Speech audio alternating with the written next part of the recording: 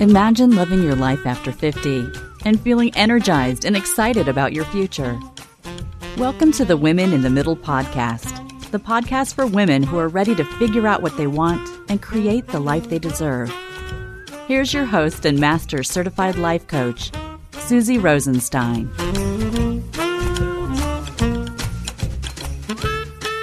Welcome back to the podcast Women in the Middle with over 2 million downloads and counting. I'm your host, Susie Rosenstein, your master certified coach, life leadership mentor, and certified Zentangle teacher. And I am so happy to be here with you again.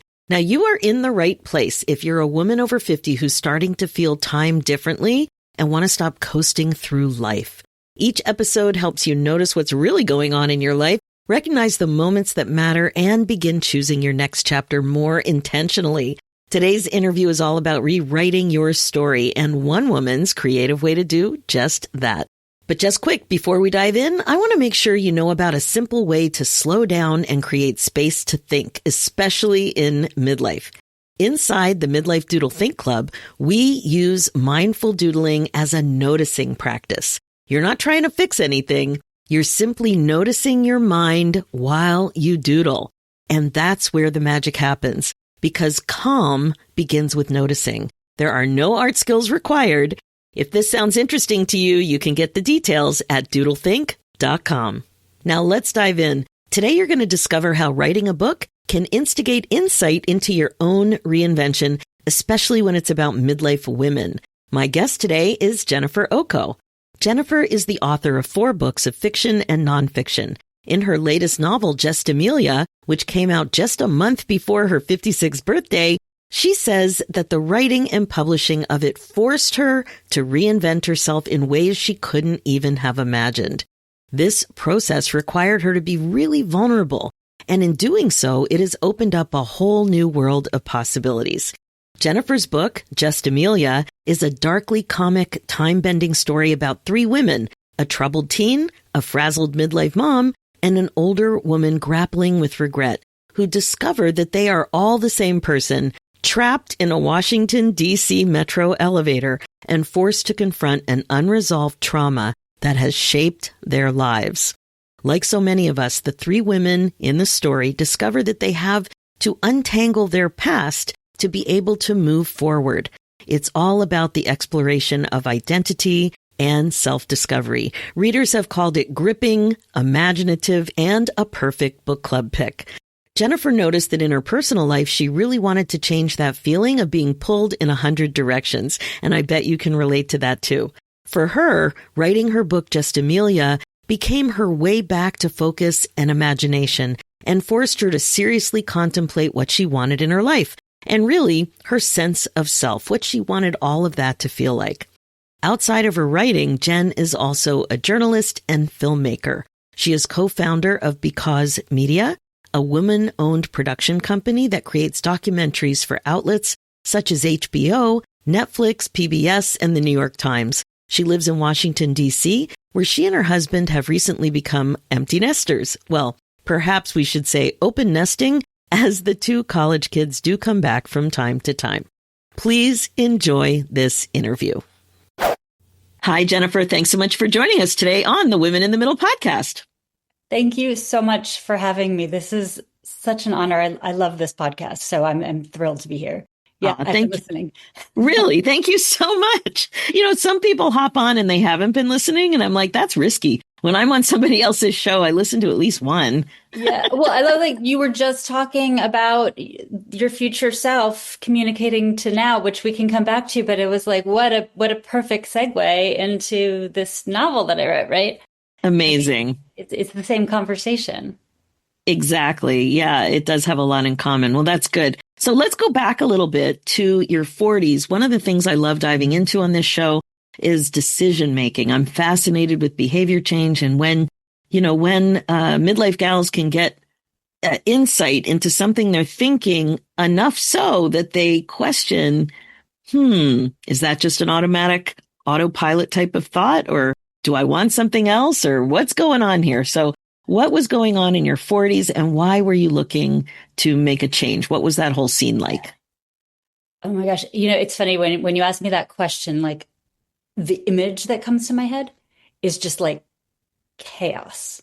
You know, Oh I my. mean, I had my children at 36 and 38, right? So 40s, that was a lot of it. But Hmm. also my career was going in all sorts of wonky ways. And I had left, I had been at CBS News as a producer for many years, and I left my late 30s, let's say, but like on the cusp of my 40s. And, was trying to find my way doing other things in the world and sort of trying to be a little bit more independent. And trying to write novels while also trying to be a kind of freelance producer slash, I mean, I went in and out of actual jobs, freelance to jobs, to finally, by the end of it, mid to end of it, starting a company with a friend of mine. And so that was the big pivotal moment. We can come to that. But leading up to that, I mean, it's sort of like a blur. I mean, there was just so much that was going on. My son, when he was little, had really severe ADHD, still does, but now we know what to do with it. And he's channeled it for good. But before we knew what was going on, it was chaos, right? And that was a journey unto itself. And so it was just a lot, right? Trying to mother, have a career. My husband travels a fair amount for work, so he's sort of in and out. He's very, very present, but when he's here, but he does travel. Um, yeah, I mean, it was a hard time. It was a hard time. Yeah, I hear what you're saying. And in your notes, you mentioned that you never really felt fully present with any of these roles that you had. And I totally relate to what you're saying. I also had my kids later around the same time as you, but the first one came in 95 when I was 33, and then, yeah, into my later 30s. And they ask me all kinds of times. They're saying, "Oh, what did I say? What was I like?" And I'm like, "Oh, it was a I blur." know. I got, let me look at those notes if I took I them. know. No, it's terrible. Oh my gosh. And then I get them confused. I'm like, this one said this, and the other one's like, no, no, that's, she said that or he said that. Like you're remembering it wrong. I'm like, right, I've remembered your childhood's completely wrong. It's hard to keep it straight. And I know when you're feeling pulled like that, it's just so challenging. It sounds like you wanted to stop that. You wanted to be more focused and stop being pulled in so many directions. Is that when you started to think, what do I really want? How am I going to do that? Yeah, I mean, I'd love to say there was like some brilliant aha moment, but it was more that it, sort of funneled that way. And ultimately, I found myself back with an old friend. Her name is Miriam, trying to she was sort of in a similar boat. Kids roughly the same age, had also left CBS, was, going between straight freelancing stuff and sort of trying to make a go of it. And we sort of just came together and decided we were going to join forces and try to do what we'd really wanted to do, which was to do documentary filmmaking and somehow make a living at it, which is not an easy task.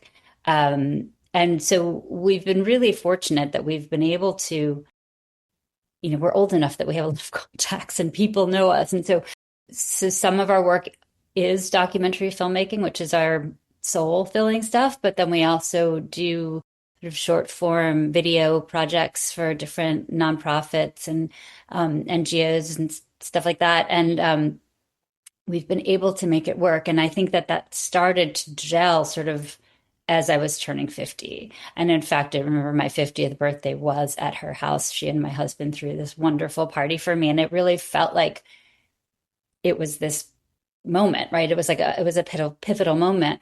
And actually, it's funny because I know I reached out to you because of my novel, but I'd started writing Just Amelia when I was in my mid 40s. And I actually finished the first draft of it right around when I turned 50. And I remember, like, at that birthday party, having this moment of, like, I did it. Like, I finally finished this draft of the novel, and Miriam and I had some good projects going on. And it sort of felt like, yeah, there was like an opening in our world that had gone from like, and also, as the kids get older, it's not that it gets easier, it just gets different.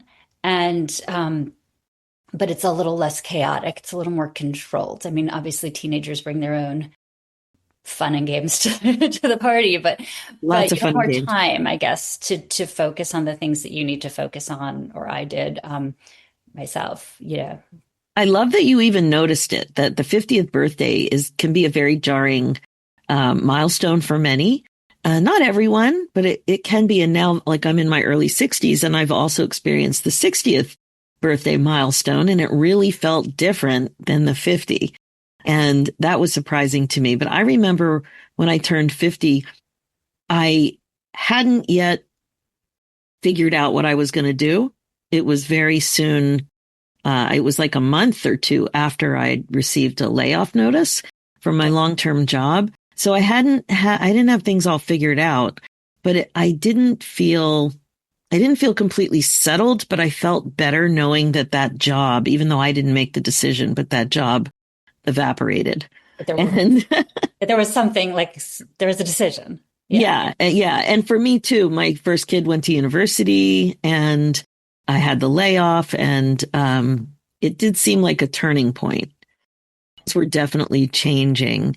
And 50 can be jarring, but I just love that you had the insight that it felt not that you'd come home, but that you'd been a little bit more settled and a little bit more accomplished again. It's funny because my 40th birthday party was also a pretty big party. And I remember that party being like, it was wonderful. People came. I was on crutches. I had knee surgery. So I was like on crutches at my own party. And I remember feeling like very happy to see everybody, but definitely out of sorts. Like I didn't feel quite as settled. And I will say, I mean, one of the things hold on to as I get older is that I've heard forever that as you get older, that your happiest years are actually ahead of you. And I kind of believe that. Yeah. And Evidence-based. definitely bad days, but this idea that you're coming into yourself in this way and really able to ignore some of the voices that have been haunting you your whole life. Not all of them, not perfect, but again, I'm 56 now, so hopefully I have a ways to go, right? Hopefully there are years ahead where I can continue to shed the stuff that's damaging or destructive or negative anyway. I don't know.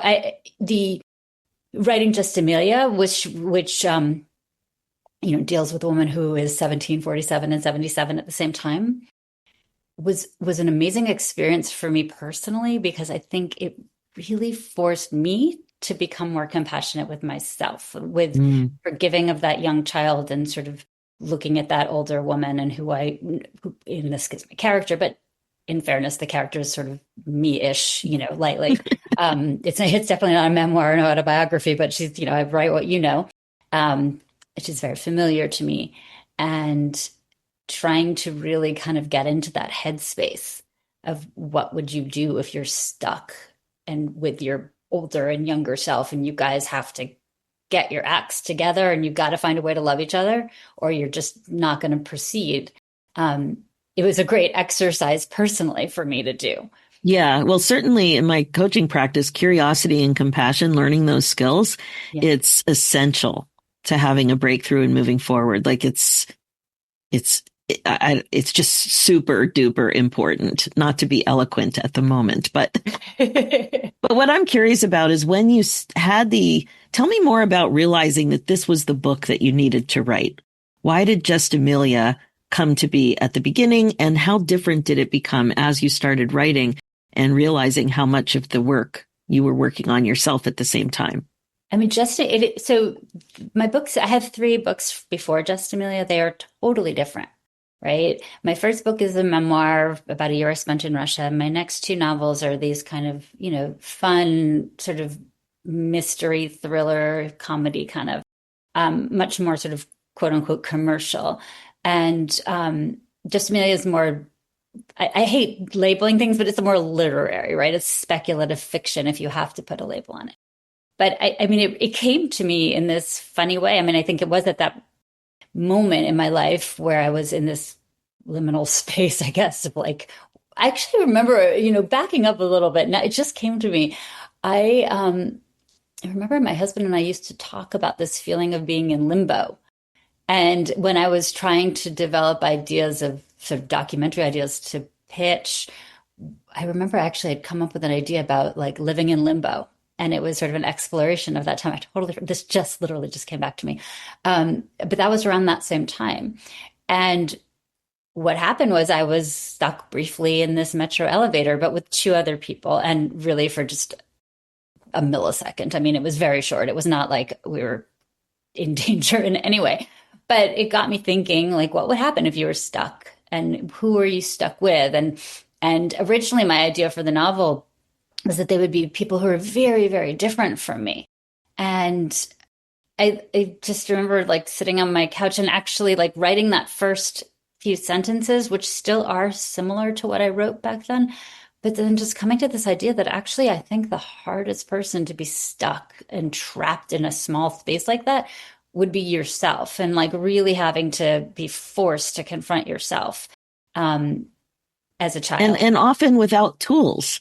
Like if you don't know anything about mindfulness, if you don't know that you're not your thoughts, that just because you think something doesn't mean it's true, or that you have to continue thinking it, that it can be managed, it can be questioned, you can be curious about it, and you can decide if it's serving you. And if not, you can do something about it. So many people don't have tools. So we're just stuck, not only stuck in our stuck state of affairs, but also stuck without the tools to be curious and ask ourselves, why? Why are we thinking this? Do we even like our reasons for thinking this particular thing? I love the idea of being stuck in an elevator. I mean, I don't love the idea, but as you were telling me the beginning of the story, I had this quick flash to, it's kind of like being stuck on a deserted island, except a deserted island, you have more space, but in an elevator, you're like right there with people, much more like being right there with your thoughts. And at times in the novel, right, there's no light. They're in the dark together. I mean, like metaphorically and actually in a fictionalized sense of it. One thing you said before that that really resonated with me was this question about decisions. Because when I was writing the book, when I was trying to figure out how to move it forward, it became really clear to me that there had to be, each of these women at 17, 47, and 77 had to be on the cusp of making some kind of decision. And that decision had to be impacted by something that had happened to her early in her life. And that's how the book's, like the real book, took off. When I started questioning what is the impact of our decisions that we make when we're young, and how does that change us as we go on and on and on, even when they're bad decisions or good, any decisions really. But, and then sort of playing this idea with the decisions and thought processes of a 16, 17-year-old whose brain isn't fully formed, whose, frontal lobe is, big mess. We all had that, and we all made decisions back then in a messy state. And what happens when you're 47? What happens when you're 77? Because of whatever that person decided. It's really interesting. And right away, like I made a huge decision when I was 19. And now that my kids are in their late 20s and one of them's even 30, I always think about it, because if they would have made this decision when they were 19, like I did, I had no idea how it was going to impact my life. And what the decision was to transfer schools and move from the Philadelphia area to Ontario, Canada, and enroll in the school where my boyfriend went, that I met in Fort Lauderdale on the beach. And so I can't believe I did that. This was before free trade. Nobody knew anything about Canada, Toronto. Like it was, I don't mean nobody knew, but my immediate people in my life, right. It seemed very foreign, even though, right. It's just not that. And it wasn't a time when you could be in constant communication. You had to have a phone card. Right. When I was in my mid 20s, I picked up and followed a guide to Russia, which was hence. Oh, is that how you ended up there? Yeah. And, but I remember too, like it was so much bigger because it was so expensive to call home. And I remember I think it was like AOL chat. Like I was able to chat with some friends, really early days. Right. Yeah. But I was really alone. Like I was on a journey by Wow. myself, right? Whereas now it's so different. I think my kids, even just being when we were in college, right? I mean, I remember the phone booth and having to In the hallway. call, right? And now, my son calls me because he's walking from the dining hall to the library, and Right. and and we have this family chat that almost every single day, having this for dinner. Here's the cat. That's exactly what's going on in ours. My husband is sending pictures of what's in the shopping cart from Costco. And my son right now, who's on an exchange in Europe, is like, I don't need that. I just want to see pictures of the dog. That's funny. Well, so we have a big joke in our family because we all love chimichurri, the chimichurri sauce, Yes. largely because we love saying chimichurri. And so my son, somehow in the campus dining hall, they had chimichurri sauce, which is like weird, but whatever. So he sends us the picture of him eating chimichurri. And then we went out for dinner that night. And so my husband had to order the chimichurri. And so it's like with this whole text exchange, it's just chimichurri. But it's so fun. lovely because there's these touch points where you don't have to, just these little touch points. Whereas when we were in college, I mean, it was, okay, mom, I'm going to call you at X time on this day. And then we A have big this deal. much time. And Yeah. it's just so different. So moving to a different country was a bigger deal, I think. Right. It was a bigger deal. I had to renew my student visa every 6 months with all of the international students. Americans weren't treated any differently. And I guess what really happened though is I had no idea how that decision might impact my life. No idea. I knew that if I broke up with the guy, that at least I was in a school that I really liked and I would stay. And I was very concerned about my education. I really loved being in this school. So I knew that wasn't at risk. And I had a very close relationship with his mom. And I know my mom appreciated that. But, the things I didn't understand was just how expensive it was going to be to go home regularly. Yeah. And one time I signed up for a study. I had to wear a heart monitor, like a research study at a hospital, just for fun, to make some money to afford the flight. It was crazy times. Oh my gosh, that's hilarious. It's a really interesting idea. 17, 47, 77, like those are very different times of your life. And some decisions impact you and some don't. Yeah, so fear really surprised me over the years, and I have done some thought work to figure out where these moments of time came from, that I started to interpret them in a way that they created so much fear for me. And that is something that I have been able to trace. So I've been doing some of this kind of work, which is one of the reasons I like the idea of your novel. Myself and my coaching clients also work on it. We're very curious. Where did this stuff come from? When did I start thinking this way? Yeah.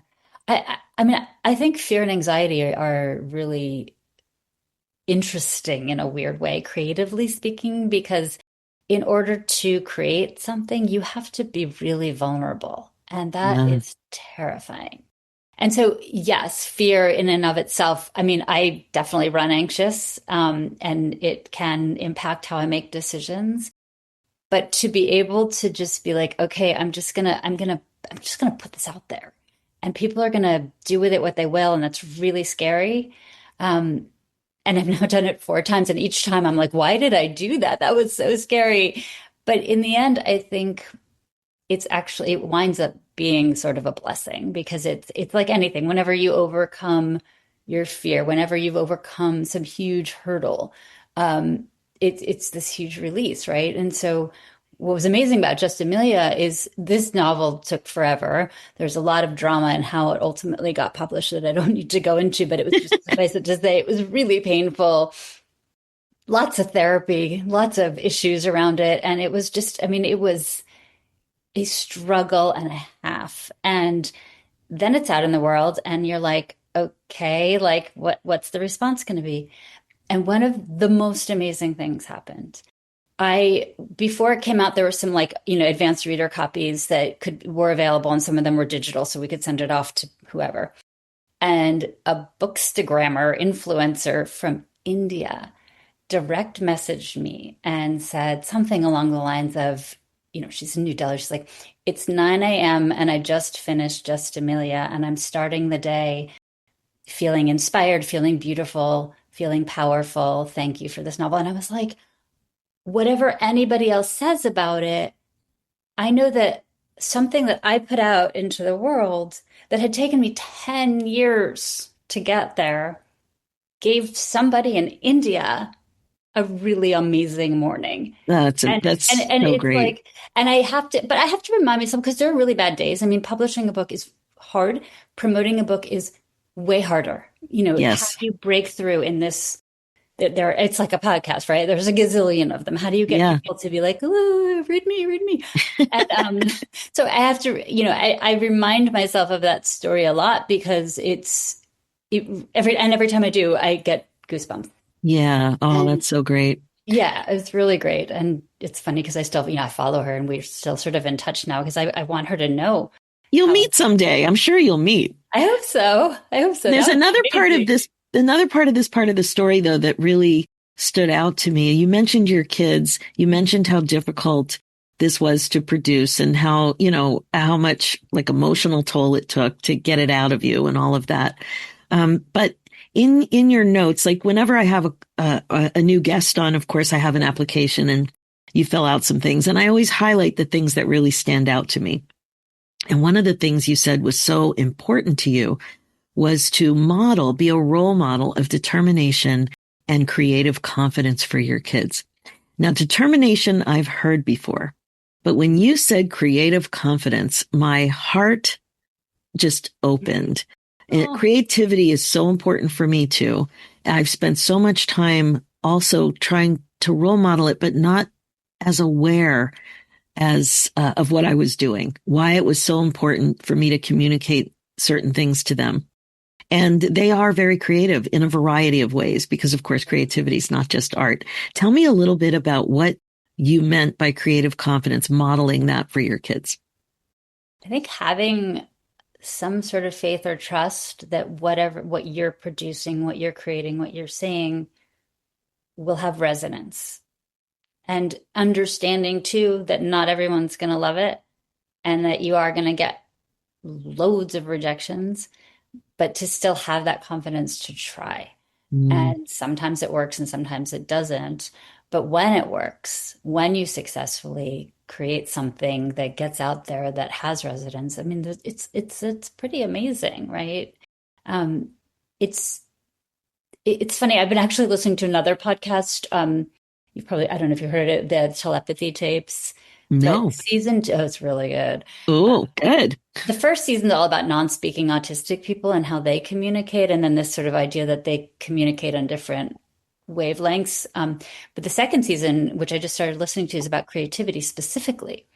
And I just was listening to the second episode, like literally this morning, and they were talking about how creativity is this like thing that you have to be available to receive. Like ideas, you have to be open to receiving them. And but they don't come unless you're doing the work. So, they were somebody was saying, some writer was saying, you still have to sit down, at your desk and write, even if nothing's coming out, because Mhm. otherwise the idea is going to come and you're not going to be there. You need to be there when the idea comes.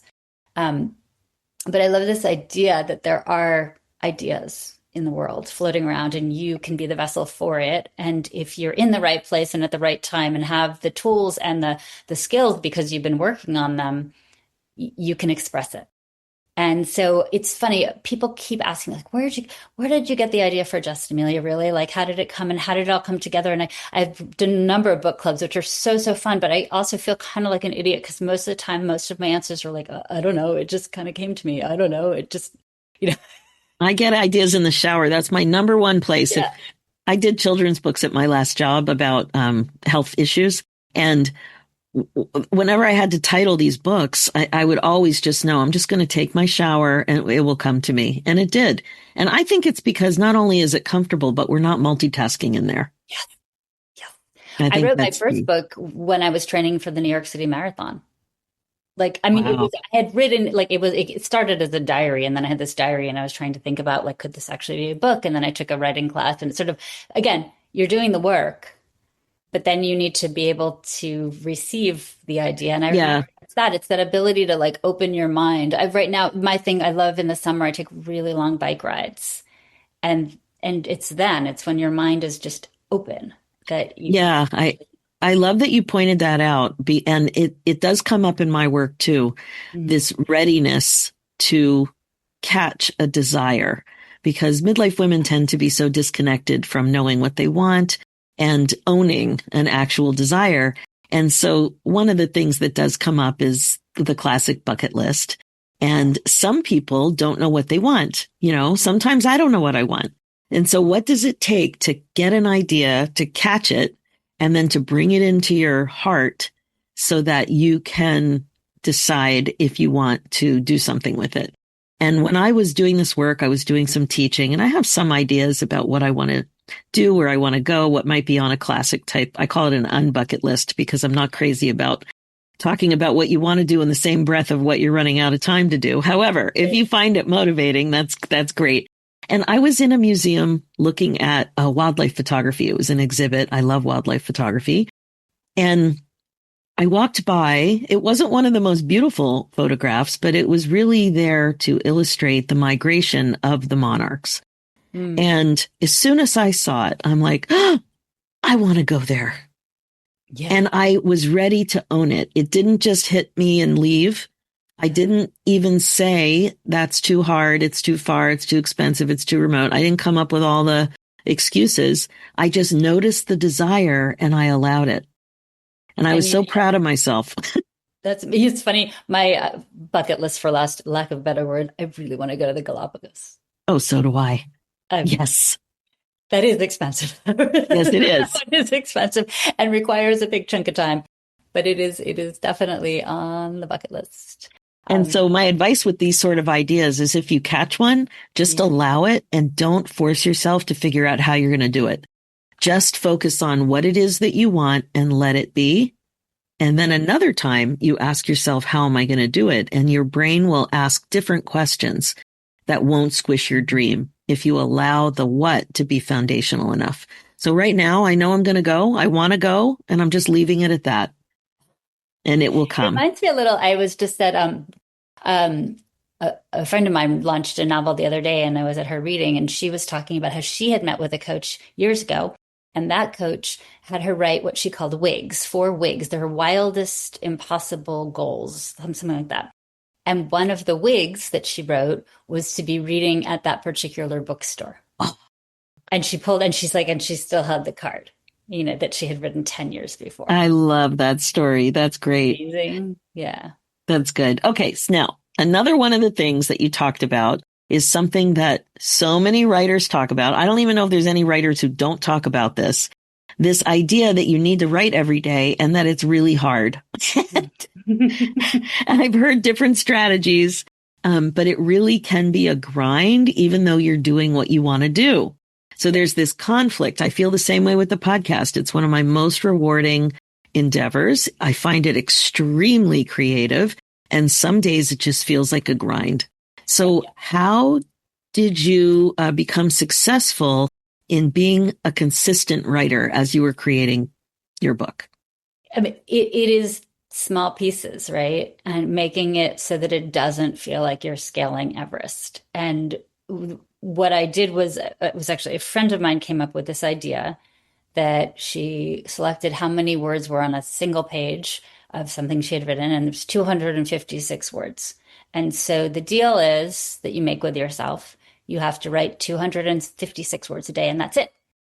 And if you write more, great. And if you can't and you're stuck and it's just 256 adjectives, so be it. But that's what you have to do. And you have to give yourself the grace to be terrible. And so my writing group, we're not currently active, but we have an ongoing text group where we just sort of like wrote today. But our name for ourselves is SFD, which means, am I allowed to curse on this podcast? Yes, you can. It means shitty first draft. So that's the idea, is to be like, just get it on the paper and then worry about it.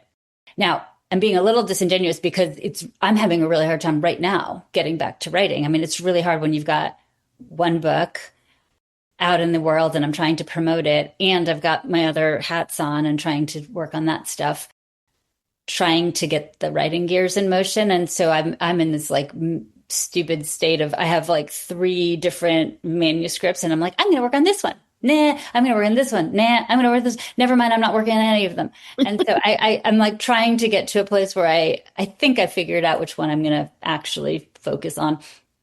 But this week I've been focusing on that one. And so I just need to sort of commit. It's like there's a little commitment phobia. And I'm trying to be like, it's okay. You can just fit. It's funny because the two of these manuscripts are practically finished. I mean, like in terms of the story, they're a mess. And it's like, I just want to be like, just finish the damn thing. It doesn't have to be good. You don't have to publish it. You don't have to sell it. Just show yourself again which is how Just Amelia started, by the way. It was like, let me see if I can do it again. Let me see if I can write another novel, beginning, middle, and end.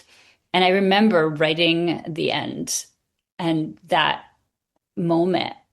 And of course, the end wasn't the end because then I sold it and we had to edit it and it was like, whatever. But I got to the end and it was miraculous, right? Yeah. So It is I'll miraculous. get there with one of these other ones. So good. It's so good. Now, I know that you describe Just Amelia as a story about confronting your past and future selves and finding compassion for yourself in the process. And one of the things, as you've been mentioning, that's so unique is that writing this, getting it out of you, forced you to do that for yourself. And it kind of became self-fulfilling. So how much were you aware that that was going on? Was it a surprise or were you very clear that that was part of your ability to move the book forward? I don't think it was like an intention, like, oh, I'm going to write this in order to like, quit my therapist or whatever. I think it was more that these are the things that are swimming around in my head as a woman in midlife, right? And that's what shows up on the page is the stuff that you're swimming around with. And, I started writing it and a lot of it is about mothers and daughters.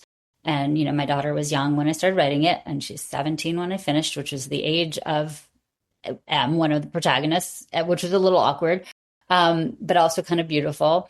And my mother obviously has aged too, right? And in this process and sort of watching all that happen and trying to sort of contain all that or sort of hold it somehow.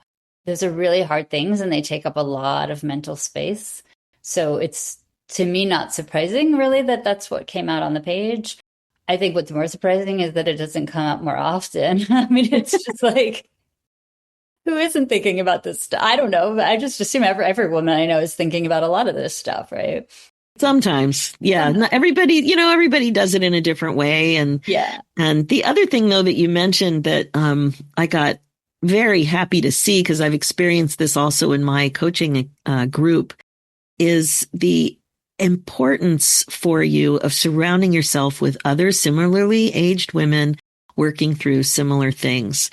And you hung out with a cohort of writers in their 50s, 60s, and 70s. One of the groups that I offer is called Women in the Middle Academy. And one of the surprising things for me, being a coach in this space now for 12 years, was that that was more important than I even expected. That hearing other people's stories, what they're struggling with, what they're accomplishing, their inspiration, their motivation, their challenges, it's very inspirational. And you don't feel like you're alone. So for the writing process, how did that work for you?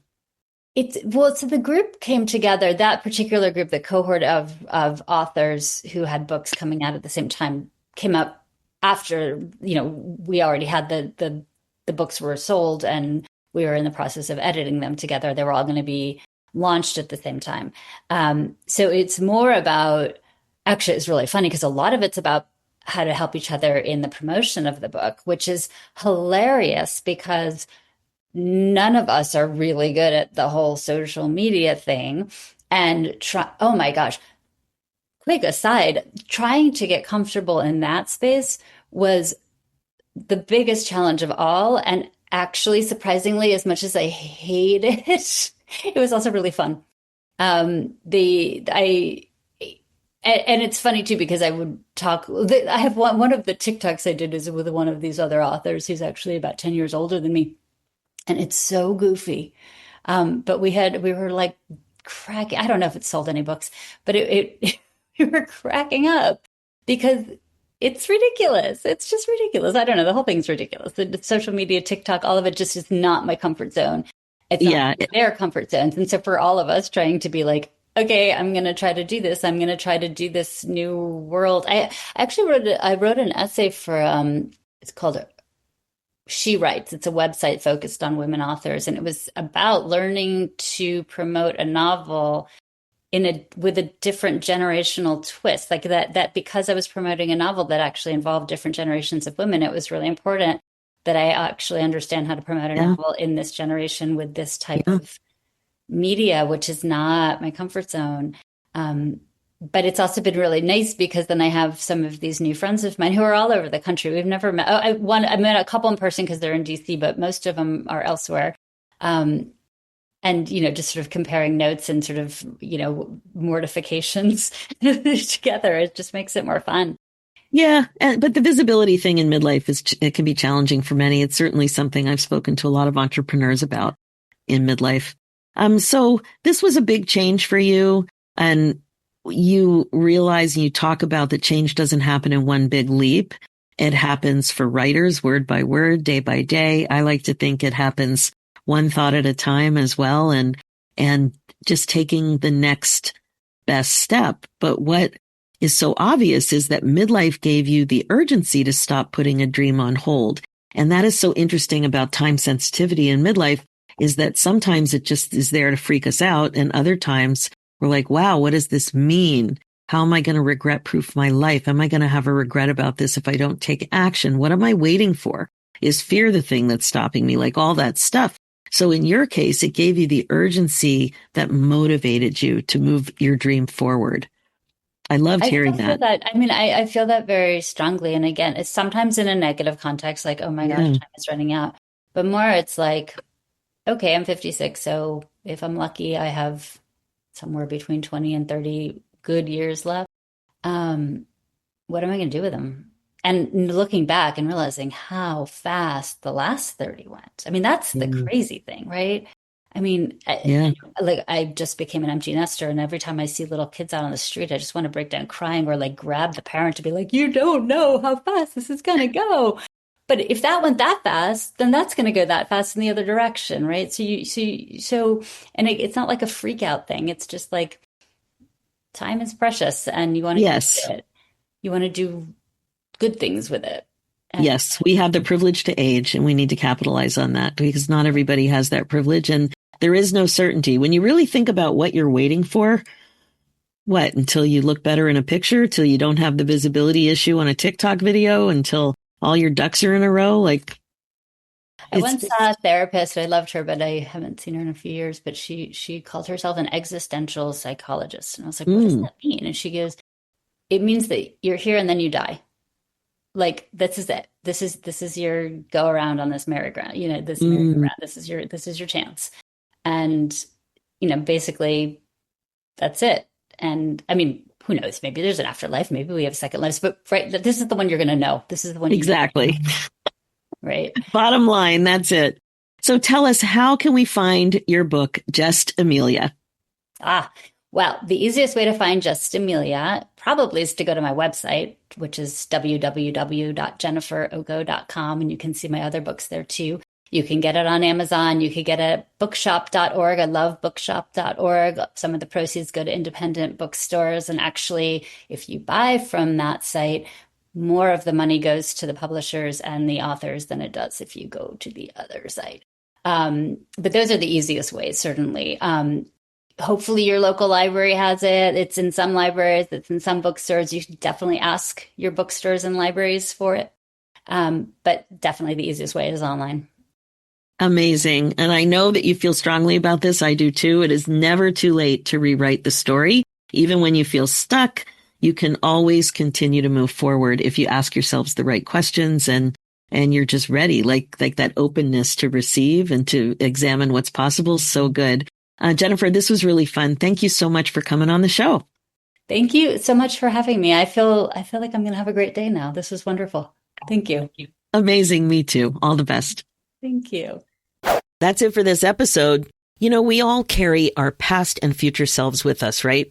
Our younger, older, and present selves are always in conversation, but being able to notice what they have to say and learn how to listen with compassion and without judgment, That's a different story.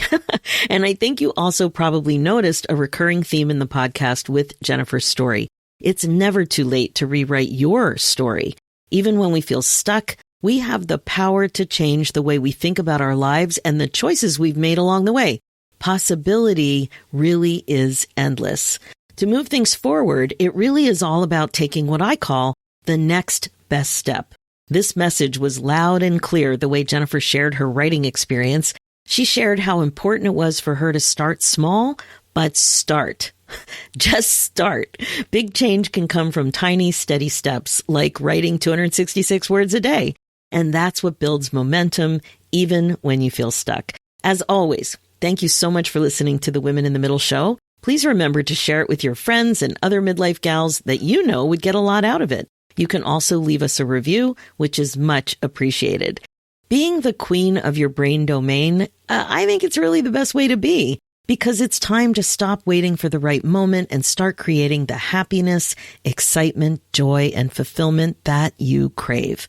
Remember, if you need coaching support for the changes you're excited to make in midlife, I'm here for you, and I offer group and private coaching.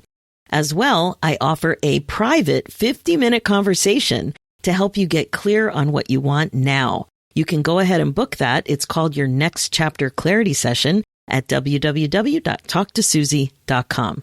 For show notes and links, go to www.susierosenstein.com and click on the podcast tab and look for episode 457. And you'll also see a link there for my other show, The Women in the Middle Entrepreneurs, which is all about the reality of running your business when you're a midlife gal, which is also on iTunes, Spotify, and all the podcast places. Let's do this, ladies. It's time for you to put yourself first, one thought at a time. Thanks so much for listening, and I'll talk to you next week.